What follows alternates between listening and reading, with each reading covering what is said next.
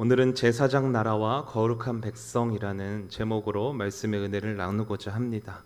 우리는 계속된 출애굽기 말씀을 통해서 이제 애굽에서 고통당하고 있는 이스라엘 백성들이 하나님께서 보내신 이 모세를 통해서 출애굽하는 과정을 지금까지 살펴보았습니다.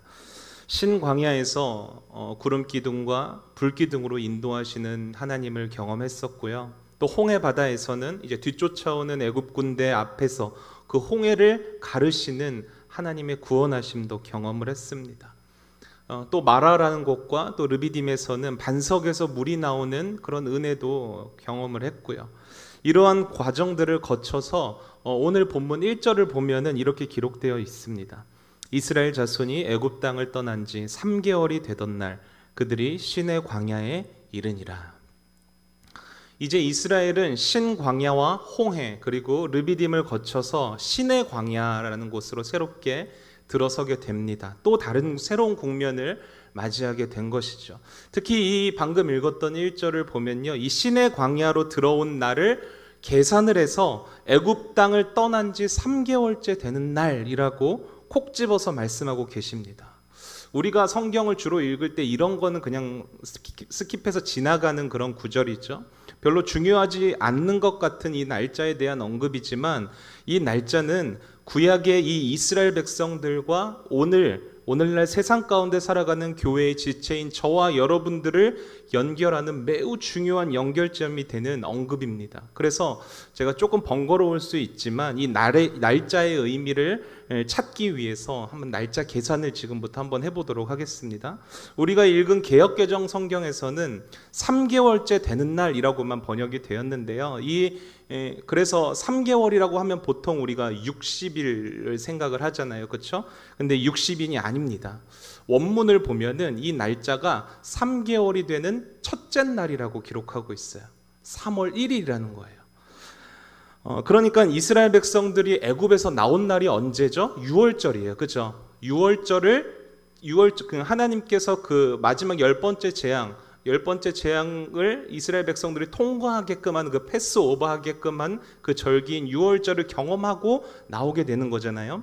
그 6월절이 1월 15일이에요. 첫째 달 15일. 1월 15일이니까 3월 1일까지 계산해 보면 며칠이 되는 거죠? 45일째 되는 날 이 시내 광야에 도착을 한 거예요. 그리고 시내산 앞에서 장막을 치게 됩니다. 그리고 오늘 말씀을 보면 하나님께서 2번에 걸쳐서 모세를 시내산 위로 부르시는 장면을 볼 수 있어요. 7절을 보면요, 모세가 내려와. 7절에 모세가 내려와 한 번 나오죠. 첫 번째 산에 올라갔다가 내려온 거예요. 하루가 더 추가되는 거고요. 또 14절을 보면 또 모세가 내려와. 그죠? 모세가 산에서 내려와. 두 번째로 올라갔다 내려온 거예요. 그러니까 이틀이 더 추가된 거죠. 그러니까 애굽에서 나온 지 45일째 되는 날에 시내산에 도착해서 이틀이 더 추가돼서 47일이 된 겁니다. 그리고 두 번째 산에 올라갔을 때 하나님께서 이렇게 모세에게 말씀하셨어요. 본문 11절을 한번 보십시오. 셋째 날을 기다리게 하라. 이는 셋째 날에 나 여호와가 온 백성의 목전에서 시내산에 강림할 것이니. 그러니까 47일째 되는 날에 모세는 이스라엘 백성들과 함께 3일을 더 기다리게 되는 거예요. 그러면 그 셋째 날은 여러분 애굽에서 나온 후에 며칠째 되는 날인지 수학적으로 좀 이제 계산이 되십니까? 딱 50일째 되는 날입니다. 정확하게. 애굽에서 나온 후에, 그러니까 다시 말해서 6월절 이후에 50일째 되는 날, 하나님은 이 시내산에서 이스라엘 백성들에게 강림하셨다라는 것입니다. 여러분, 왜 계속 이 성경은 계속해서 날짜를 언급하고 있는 것을 우리에게 확인시켜주고 있죠? 특히나 하나님께서는 무언가 의도하고 계산하신 것처럼 셋째 날을 굳이 기다리게 하세요. 그 날에 시내산에 강림하신다고 말씀을 하셨고요. 신약 성경을 보면요, 6월절 이후에 50일째 되는 날을 정말로 중요한 절기로 지키고 있는 것을 확인할 수 있는데, 여러분 어떤 절기인지 기억하십니까? 바로 오순절입니다. 6월절 이후에 50일째 되는 날. 오순절이라고 하면은 우리가 가장 먼저 떠올리는 사건이 있죠. 예수께서 승천하신 이후에 제자들은 예루살렘에 모여서 기도하기 시작합니다. 예수님이 성령을 기다리라고 말씀하셨기 때문이에요. 그 약속의 말씀을 붙들고 기도하기 시작합니다. 그리고 이 오순절날 바로 제자들에게 성령이 강림하는 사건이 일어나게 됩니다. 여러분, 이 성령 강림이 임한 이 오순절, 이날에 어떤 일이 벌어지는지 아십니까? 성령 충만한 제자들이 세상 가운데로 나아가서 담대하게 하나님의 말씀을 선포하기 시작합니다. 그리고 수많은 사람들이 회심하고 뭐가 세워지게 되죠? 예루살렘 교회가 그곳에 세워지게 된 역사적인 날, 그날이 바로 오순절이에요. 다시 말해 이 오순절은 성령의 역사가 시작되는 날임과 동시에 하나님의 말씀으로 이 땅의 교회가 공식적으로 세워지게 된 그 역사적인 날이라는 거예요. 여러분, 이 교회가 세워지게 된 날에 오늘 하나님께서는 이스라엘 백성들을 어디로 부르셨습니까? 시내산으로 불러 모으셨다는 거예요. 그리고 이제 너희들은 애굽의 종이 아니라 공식적으로 나 하나님 나라의 백성이라는 정체성이 너에게 부여될 거야. 그 시작을 여러분 어떻게 하고 계시죠? 하나님이 산 가운데 임재하십니다. 그리고 그들에게 말씀을 주십니다. 약속의 말씀을요. 여러분, 이것은 이스라엘 백성들뿐만 아니라 오늘날 교회 공동체가 어떠한 질서와 원리를 가지고 나아가야 할지를 분명하게 알려주고 있는 말씀이라는 거예요. 그게 무엇입니까? 오늘 이 시내산에 새로운 하나님 나라의 백성의 정체성을 갖고 살아가게 될 이스라엘 백성과 오늘날 교회인 저와 여러분들이 붙들고 또한 질서와 원리를 가지고 살아가야 할 그 중심이 무엇입니까? 하나님의 말씀이라는 거죠. 하나님의 말씀. 하나님이 주시는 약속의 말씀만이 이스라엘과 또한 이 땅의 교회인 저와 여러분들이 삶에서 살아가야 할 질서이며 원리이며 중심이라는 것입니다. 여러분, 너무 제가 당연한 말을 하고 있는 것 같습니까? 아이러니하게도요, 현실을 보면 그렇지 않아요. 이 당연한 말을 우리는 어떻게 이해하고 있냐면요, 너무나 개념적으로만, 어떠한 신학적으로만 우리는 이해하고 있다는 것을 발견할 수 있는 거죠. 여러분, 하나님의 말씀이 우리의 삶의, 성도와 교회의 삶의 중심이라는 것은요, 단지 신학적인 내용이나 어떠한 개념 같은 것이 아니라는 것을 알아야 돼요. 그것은 삶의 실제라는 것을 기억해야 하는 거죠. 우리가 성도들이 실제로 삶을 살아가는 데 있어서 경험되어져야 하는 일이라는 거예요. 그런데 그게 참 쉽지가 않죠. 하나님의 말씀을 우리가 들을 때는 참 좋지만 실제로 그 들은 말씀대로 인생을 살아보면은 이 말씀이 현실과는 너무나도 동떨어져 있는 것만 같을 때가 많다고 느껴져요. 어떻게 그렇게 살 수 있지? 하나님의 말씀대로는 이 세상에서 살 수 없겠는데? 그게 될 일인가? 그냥 말씀은 말씀이고 현실은 현실이지.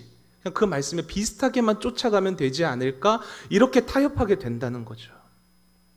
그래서 실제로 말씀대로 사는 성도들은 점점 없어지고 이 말씀과 삶을 분리해서 사는 그런 현실을 우리는 보게 된다는 거예요.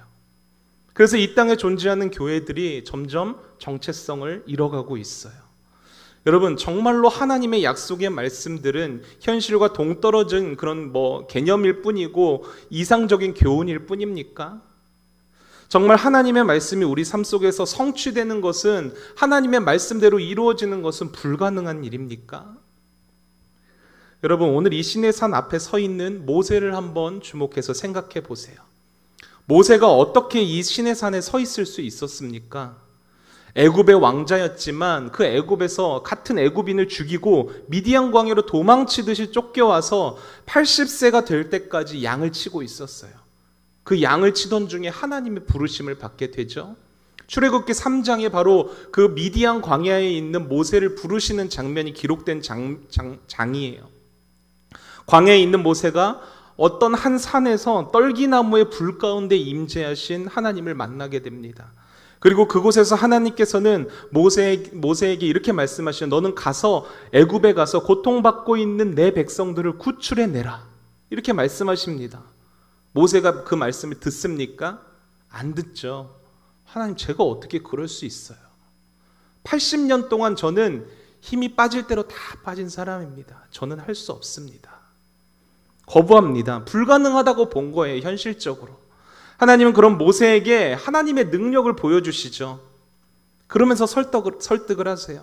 그러면서 여러분 매우 중요한 한 가지 약속을 해주셨는데요. 그 말씀이 출애굽기 3장 12절 말씀이에요. 우리 같이 한번 읽어보겠습니다. 시작. 하나님이 이르시되 내가 반드시 너와 함께 있으리라. 내가 그 백성을 애굽에서 인도하여 낸 후에 너희가 이 산에서 하나님을 섬기리니 이것이 내가 너희를 보낸 증거니라. 여러분, 하나님이 모세를 부르실 때 떨기나무의 불 가운데 임재하셨던 그 산이 어떤 산인 줄 아십니까?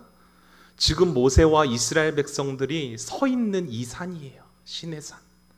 동시에 하나님이 모세에게 이 출애굽기 3장 12절에서 약속하셨던 것처럼 너희가 이 산에서 다시금 하나님을 섬기리니 이것이 내가 너희를 보낸 증거니라. 하나님의 약속의 말씀의 증거가 바로 오늘 모세가 서 있는 이 시내산이라는 거예요. 여러분, 이 시내산에 서 있는 모세의 심정이 어땠는지 조금 짐작이 가십니까? 모세는 처음에 출애굽기 3장에서 미디안 광야에서 이 시내산으로 부름을 받아서 하나님의 약속의 말씀을 받았을 때까지만 해도 확신할 수가 없었어요. 하나님의 말씀이 현실 불가능하다고 봤어요. 애굽이라는 나라가 어떤 나라입니까? 세계에서 가장 강한 국가예요. 그 국가에서 이스라엘 민족을 이끌어 나오는 것도 비현실적인데 자신을 부르고 계시는 이 시내산에서 다시금 그 이스라엘 민족이 다시금 이 산에서 하나님을 섬기게 될 거라는 그 약속을 여러분 어떻게 믿을 수가 있겠어요? 이게 정말 될 일인가? 말도 안 돼. 이렇게 생각했겠죠. 아마 하나님의 말씀을 대하는 오늘날 저와 여러분들의 모습과 별반 다르지 않을 거예요. 현실과는 동떨어진 말씀일 거야. 이렇게 생각했던 모세였을 거라고요. 애굽의 바로왕 앞에 섰을 때 그의 강팍한 모습을 보면서 또다시 확신했겠죠. 아, 이건 정말로 될 일이 아니구나. 그러나 하나님의 심판의 손길이 애굽에 임하는 것을 보면서 조금씩 모세의 마음에 변화가 일기 시작합니다. 어라? 이러다가 정말로 하나님의 말씀대로 되는 거 아닐까? 아니나 다를까 유월절이라는 정말 놀라운 구원의 기적을 경험하게 돼요. 그리고 출애굽을 하게 됩니다. 그러나 또다시 광야라는 현실의 벽에 부딪혔을 때 또다시 모세의 마음 가운데 갈등이 있을 거예요. 아, 정말로 하나님의 말씀과 현실은 다른 문제인가? 앞에 홍해가 가로막고 있고 뒤에는 애굽의 군대가 쫓아오고 있는 상황에서는 정말로 절망할 수밖에 없었겠죠. 그러나 하나님께서는 또다시 그 홍해를 가르십니다. 하나님의 구원의 손길을 경험하게 됩니다. 여러분, 광야에서는 어땠습니까? 마실 물이 없어서 이스라엘 백성들 같은 동족에게 돌에 맞아 죽을 뻔하는 위기 가운데 있었어요. 여러분, 이 시내산에 오기까지의 그 과정들을 쭉 생각해 보시면서 모세의 지금 이 시내산에 서 있는 모세의 심정이 어땠을지를 한번 짐작해 보세요. 모세는 그냥 하나님의 말씀 하나만 믿고 지금까지 왔다는 거예요. 그 과정에서 어떤 마음이 들었을까요? 아, 정말 이게 될 일인가? 이건 불가능한 일이야. 여러분, 이런 생각 안 했겠어요? 수백 번은 더 했을 거란 말이죠.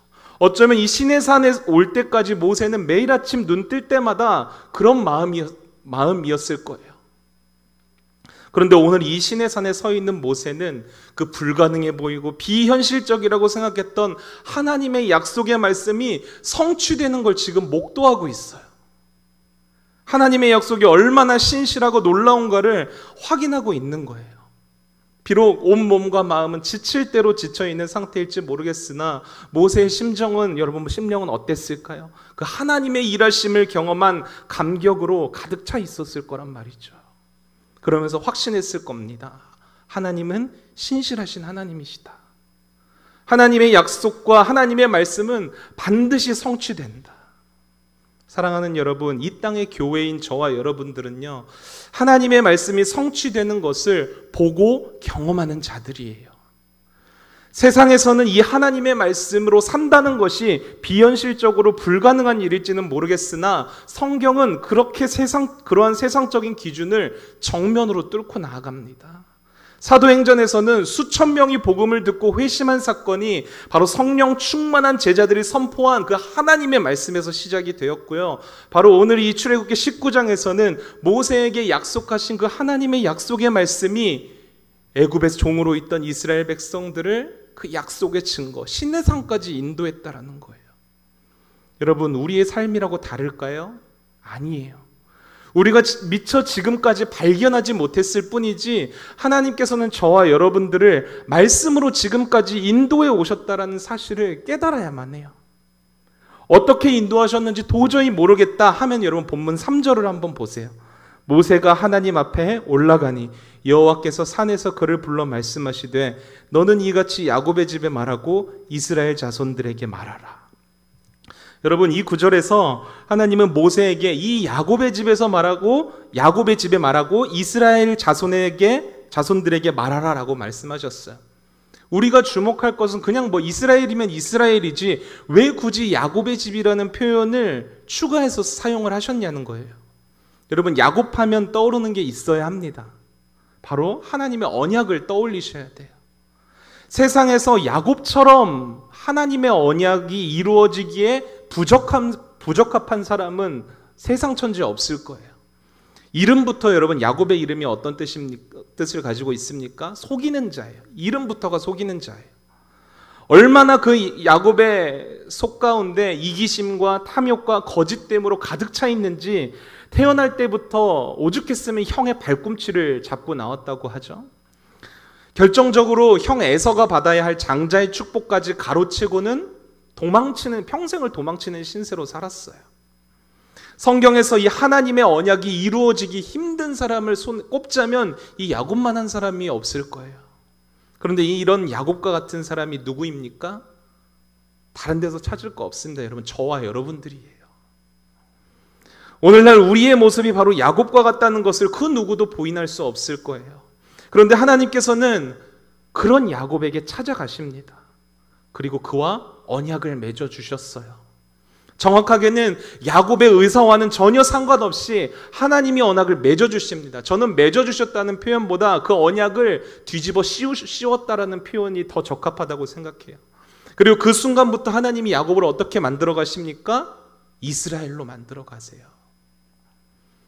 하나님의 약속의 말씀이 야곱을 이스라엘로 만들어 가셨음을 오늘 이 본문에서 야곱의 집, 이스라엘의 자손들에게 말하라, 이 표현으로 사용하신 거예요. 여러분, 하나님의 약속의 말씀은요, 우리를 향하신 하나님의 사랑과 의지라는 것을 우리는 기억해야 돼요. 야곱과 같은 사람이 여러분 뭐 볼 게 있다고 택하셔서 하나님이 언약을 맺어주십니까? 우리의 기준에서는 결코 생각할 수 없는 일이에요. 그러나 하나님께서는 야곱에게 언약을 주셨어요. 왜 주셨을까요? 사랑하셨기 때문이에요. 그래서 언약을 맺어주셨어요. 약속의 말씀을 주셨어요. 그리고 그 순간부터 야곱의 인생 가운데 하나님이 일하시기 시작하셨어요. 결국에는 야곱과 같은 사람을 하나님의 백성, 택함받은 백성, 이스라엘로 만드셨어요. 여러분, 바로 이게 성도의 인생이라는 거예요. 야곱과 같은 우리를 하나님께서 먼저 사랑하셨고요. 약속의 말씀으로 우리의 의지와는 상관없이 우리를 구원해 주셨고요. 그 순간부터 지금 오늘날 이 순간까지 우리의 인생 가운데 하나님은 쉬지 않고 일해 오셨다고요. 그래서 오늘의 우리가 있는 거예요. 여러분, 우리가 보지 못해서 모르는 거죠. 돌아보면 우리의 인생을 한번 돌아보세요. 삶을 돌아보세요. 우리의 삶에 하나님의 일하심이 없는 순간이 없었어요. 그래서 여러분, 이 땅을 살아가는 성도들은요, 하나님의 약속의 말씀을 자신의 힘으로 이루는 사람이 아니에요. 하나님의 그 약속의 말씀이 하나님이 일하심으로써 성취되어 가는 것을 보고 경험하는 자들이 바로 우리들이에요. 오늘 본문 4절이 그것을 이렇게 표현하고 있잖아요. 내가 애굽 사람에게 어떻게 행하였음과 내가 어떻게 독수리 날개로 너희를 업어 내게로 인도하였음을 너희가 보았느니라. 하나님이 너희를 어떻게 구원하고 너희 인생을 어떻게 인도하셨는지 너희가 보았느니라. 여러분, 그래서 신앙생활은요, 하나님의 일하심을, 구원하심을 보는 게 중요한 거예요.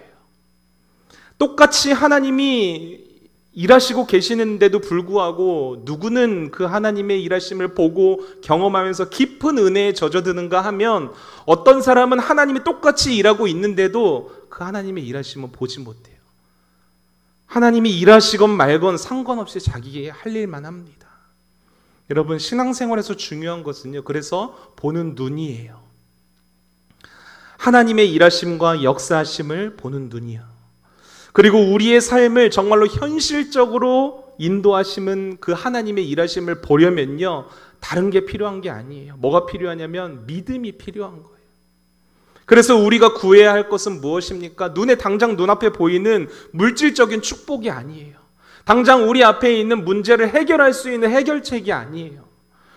우리가 구해야 할 것은요, 눈에 보이지는 않지만 지금도 내 삶 가운데서 일하고 계시는 그 하나님의 일하심을 볼 수 있는 믿음을 구하는 기도를 우리가 드려야 된다는 거예요. 여러분, 하나님의 약속의 말씀은 결코 비현실적이거나 우리의 삶에 불가능한 일이 아니라는 것을 기억하세요. 왜냐하면 신실하신 하나님께서 지금도 여전히 일하시고 있기 때문이에요. 그래서 이 사실을 믿는 믿음이 우리에게 가장 필요한 것이고요. 여러분, 이 믿음만 있다면 우리는 그 어떠한 상황과 환경에서도 하나님의 약속의 말씀이 성취되는 것을 보고 경험할 수 있는 거예요. 오늘 이 본문에서 시내산 앞에 서 있는 모세처럼, 또한 그 초대교회 오순절 성령 강림 사건, 교회가 세워지는 역사를 보았던 사도들처럼, 이스라엘이 된 야곱처럼요. 그렇다면 하나님께서 어떠한 약속의 말씀을 또 이스라엘 백성들에게, 그리고 우리에게 주셨습니까? 약속의 말씀을 주셨다고 했죠? 어떠한 그 내용이 무엇입니까? 본문 5절과 6절 말씀을 한번 보십시오. 세계가 다 내게 속하였나니 너희가 내 말을 잘 듣고 내 언약을 지키면 너희는 모든 민족 중에 내 소유가 되겠고 너희가 내게 대하여 제사장 나라가 되며 거룩한 백성이 되리라. 너는 이 말을 이스라엘 자손에게 전할지니라. 아멘. 여러분, 이스라엘 백성들과 오늘 교회인 우리가 붙들어야 하며 우리의 삶 속에서 실제적으로 반드시 성취될 그 하나님의 약속의 말씀이 무엇입니까?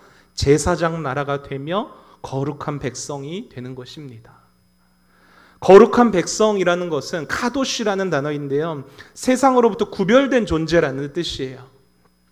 그러니까 신약에 와서 교회라는 단어와 똑같은 의미를 가지고 있어요. 교회는 우리가 잘 알고 있죠. 헬라어로 에클레시아라는 단어, 세상 밖으로 부름을 받은 사람들이라는 뜻이에요. 그래서 이 거룩한 백성이라는 말은요, 하나님의 부르심을 받은 이스라엘 백성들과 또 오늘날 교회인 저와 여러분들을 가리켜 한 말씀이라는 거죠. 여기서 중요한 건 이 거룩한 백성 앞에 수식어가 하나 붙는데 그게 뭐죠? 제사장 나라라는 말입니다. 여러분, 제사장이 어떤 직분입니까? 제사장은 하나님과 이스라엘 백성들 사이를 연결해주는 역할을 감당하는 사람이에요. 이 제사장은 그래서 자신을 위해서 살지 않습니다. 철저하게 누군가를 위해서 자신은 죽어져야 하고 드려져야 하고 자신이 희생될 때에 그 하나님이 맡기신 역할과 사명을 온전히 감당할 수 있는 거예요. 여러분, 하나님께서 이스라엘을 구원하신 것은요, 우리를 구원하신 것은요, 단순히 그 이스라엘 백성들을, 우리를 하나님의 백성으로 삼기 위함, 거기서 끝나는 것이 아니에요.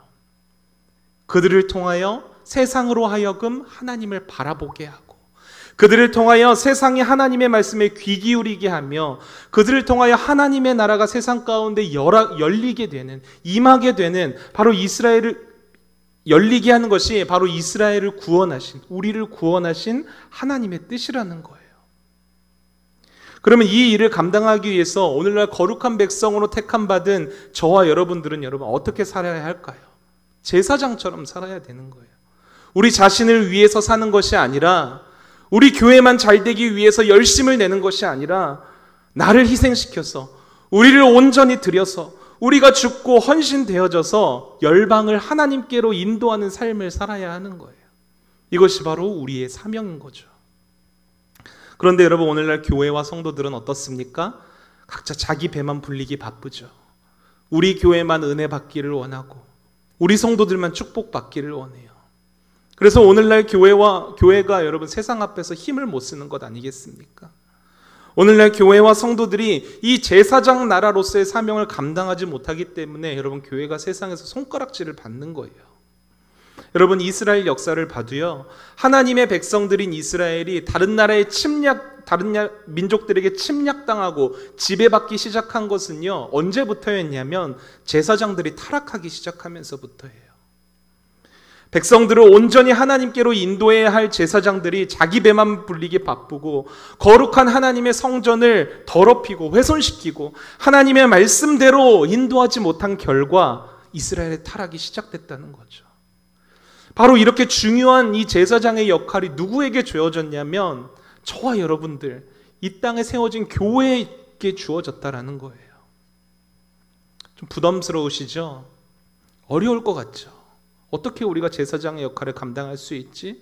네, 맞습니다. 여러분 이 제사장의 사명을 감당하는 것은요, 얼만큼 어려운 일이냐면요, 80세 할아버지인 모세가 애굽이라는 강대국에서 이스라엘을 꺼내오는 것만큼 어려운 일이에요. 야곱과 같이 자기 자신만 아는 이기적이고 탐욕스러운 사람을 하나님의 백성이 이스라엘로 변화시키는 일인 만큼 어려운 일이고요. 예수를 십자가에 못 박아 죽인 사람들을 하나님의 말씀으로 회개시키고 구원시키는 것만큼 어려운 일이에요. 세상의 기준에선 불가능한 일이죠. 그런데 여러분, 이 모든 일을 하나님께서는 다 하셨다라는 거예요.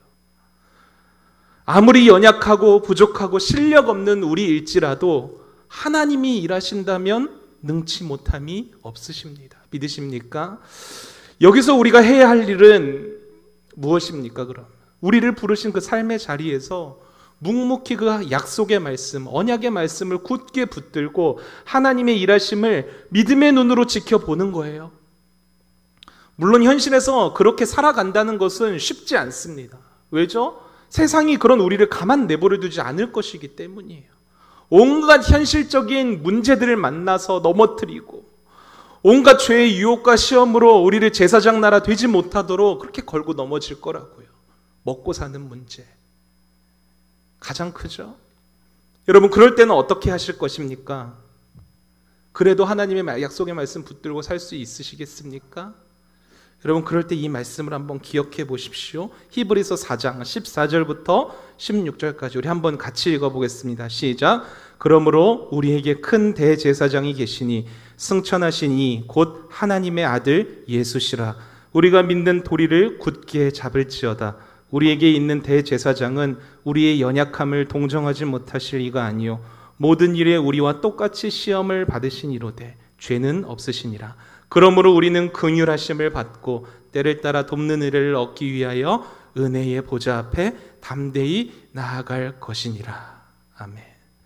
우리에게는 대제사장이 있어요. 예수 그리스도. 이분을 하나님께서는 또 새 언약의 중보자라고도 말씀하셨어요. 그분을 의지하며 담대히 은혜의 보좌 앞에 나아가는 거예요. 어떨 때요?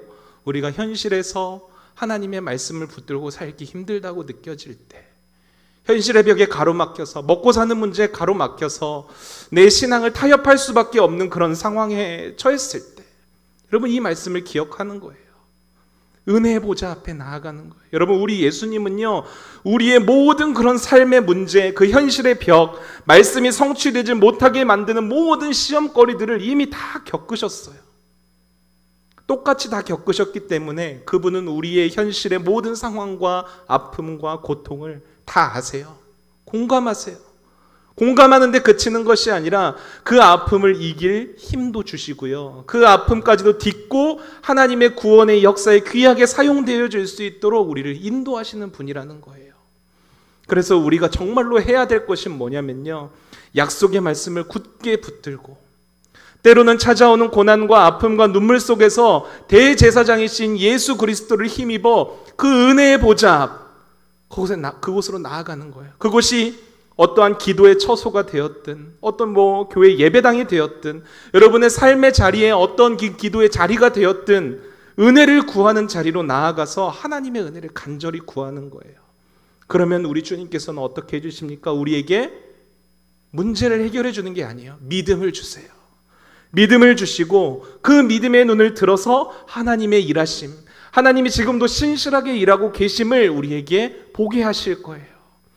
우리를 통하여서 그렇게 열방이 주님을 보게 되고 믿게 되는 은혜를 우리가 경험하게 된다는 거죠. 여러분, 이 믿음 가지시고 여러분들을 부르신 그 삶의 자리에서 승리하며 살아가는 성도님들 되시기를 주님의 이름으로 부탁드리겠습니다.